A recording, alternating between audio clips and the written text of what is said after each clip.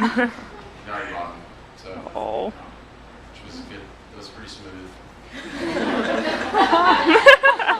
Like I said, I'm an interesting guy.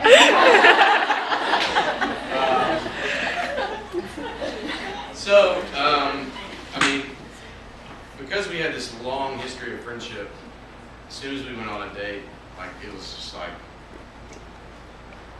our first date felt like a ninth date, you know, just in terms of like comfort with each other and conversationally, and it just like, I think for Ellie, before that, I don't think she'd ever been attracted to me. Fair enough. And then I don't know, for some reason that changed.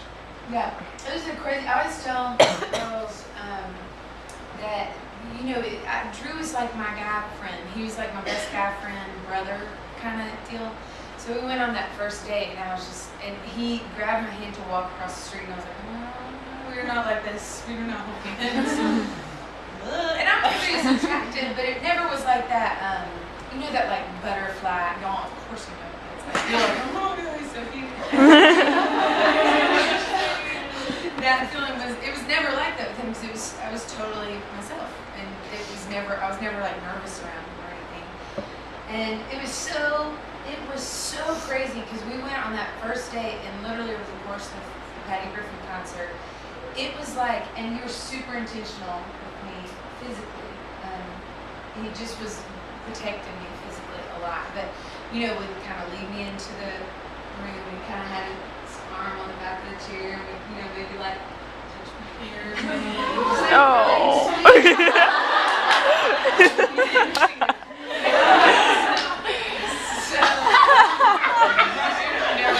This is so embarrassing.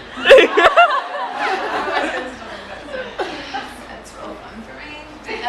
But it was so cool, because it was literally, I'm not joking, it was literally like the Lord was like, you will love him. And I was like, oh my God, I've never been more attracted to you. Seriously.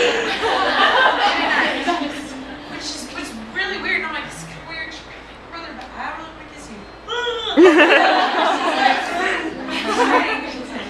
And wonderful, because I felt Now we're having a baby.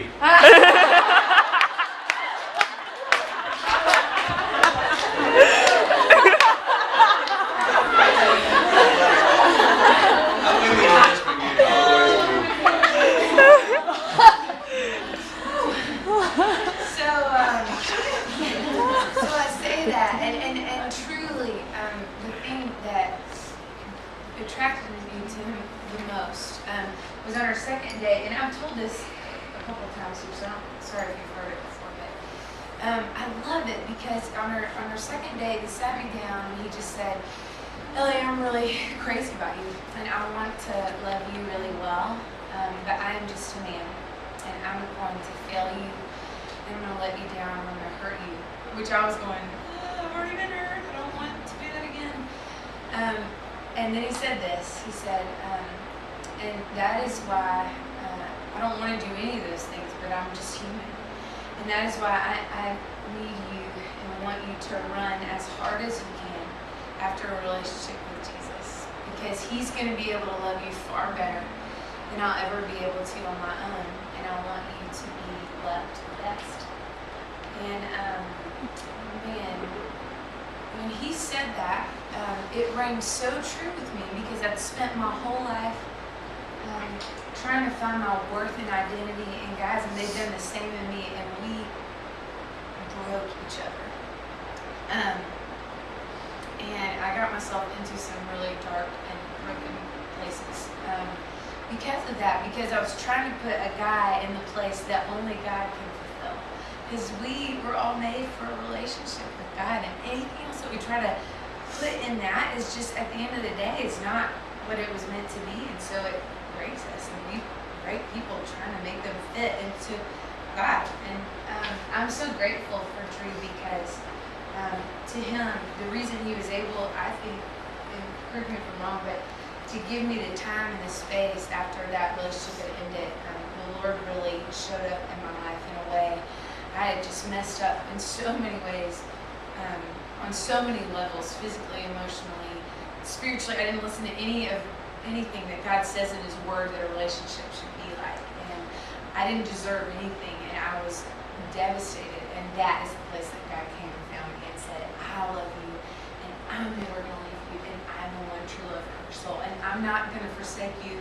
I don't walk away. I don't say you're too much. I don't wash my hands of you. You're always following me. And so I was literally falling in love with Jesus. And it was so cool because I think Drew knew that I needed this space to do that because to him, my relationship with Jesus was more important than our relationship. And that's huge. That is so huge. And you continue to do that in our marriage. Really graciously to say, I'm not God.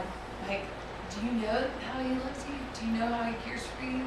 Because I feel like if He did, you wouldn't be feeling so insecure right now.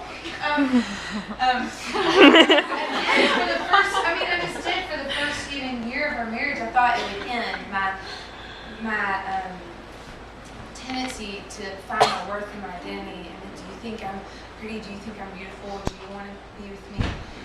Unfortunately, when we got married, that didn't go away. It just got all focused on him. And he was like, yeah, I want to marry you. I married you. This is forever, And so it was a really cool, it's been a really beautiful thing. I think marriage is like a little bit way too much expectation on it. And her uncle said the greatest thing of the day, which really rings true for us. He's a pastor, and he said, happy single people make happy married people, and unhappy single people make unhappy married people. If you think that you're going to be fulfilled by marriage, then you're going to be really disappointed in it. And if you're already really fulfilled, you'll probably keep being fulfilled when you find somebody to spend your life with. And I think that's definitely been true for us. And something I said last night, which I think is true too, that dating in a lot of ways is where you put all the good parts of you out there for somebody to fall in love with.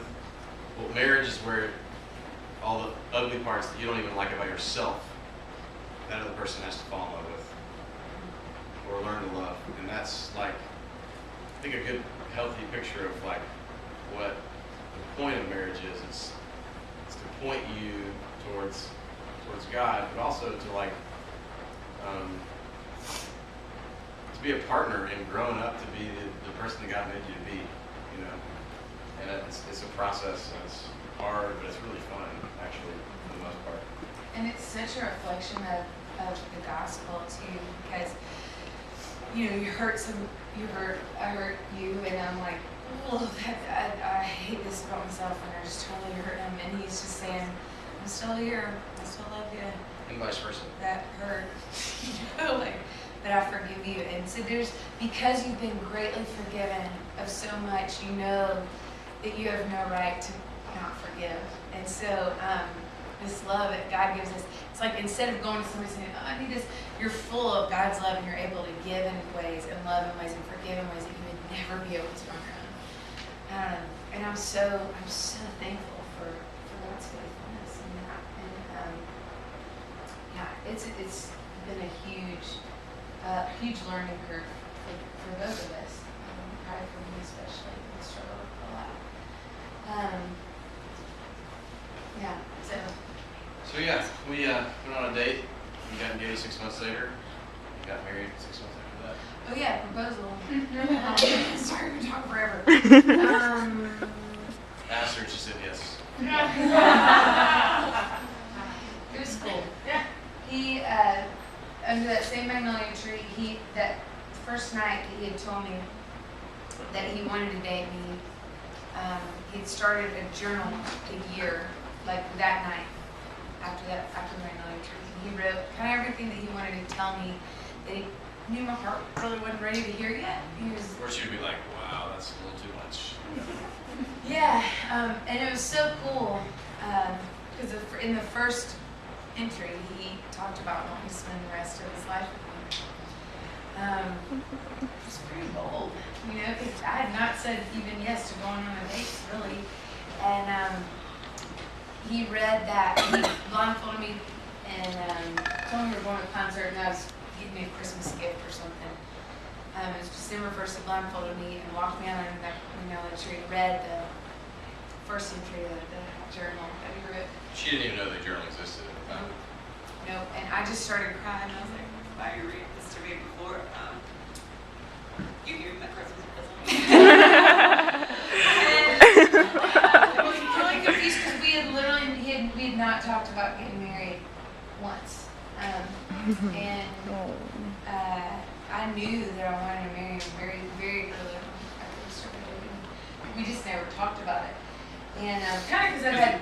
The other two guys, both the high school guy and the other guy in college, like their whole, especially the guy in college, their whole way of creating intimacy with Ellie was by talking about marriage and forever. Making these big promises that were totally straw. But they I think gave Ellie a false sense of what their relationships were, because there was all this promise and hope of marriage. Without actually loving her. Yeah. So that was another my dad advice. He was like, "Don't talk about it, just ask her." But so he had our families come and to Level's Cafe, which is also the best biscuits in the world. And it's where we went on our first date. And he had our families come and meet there. And then we went. He asked me after he read the journal entry. He said, "You take off your blindfold," and he was on his knee with the ring. And I was like, as a tackle him. And he was like, "The ring." Very nervous about that. It's funny hearing our families talk about it because we hadn't talked about it. They really didn't know if I was. Her parents were a little nervous that she wouldn't see us. They thought I would, but they just weren't totally sure. So the families were like, "Hey." They didn't know each other. Well, this works out. And we were an hour late, so they were like, They were really "Oh, worried, man. yeah. This didn't go." They were just waiting on a text. His dad was like, "All right." He said, he told my dad, he was like, "I got the bill if it all works out. If not, let's just split it."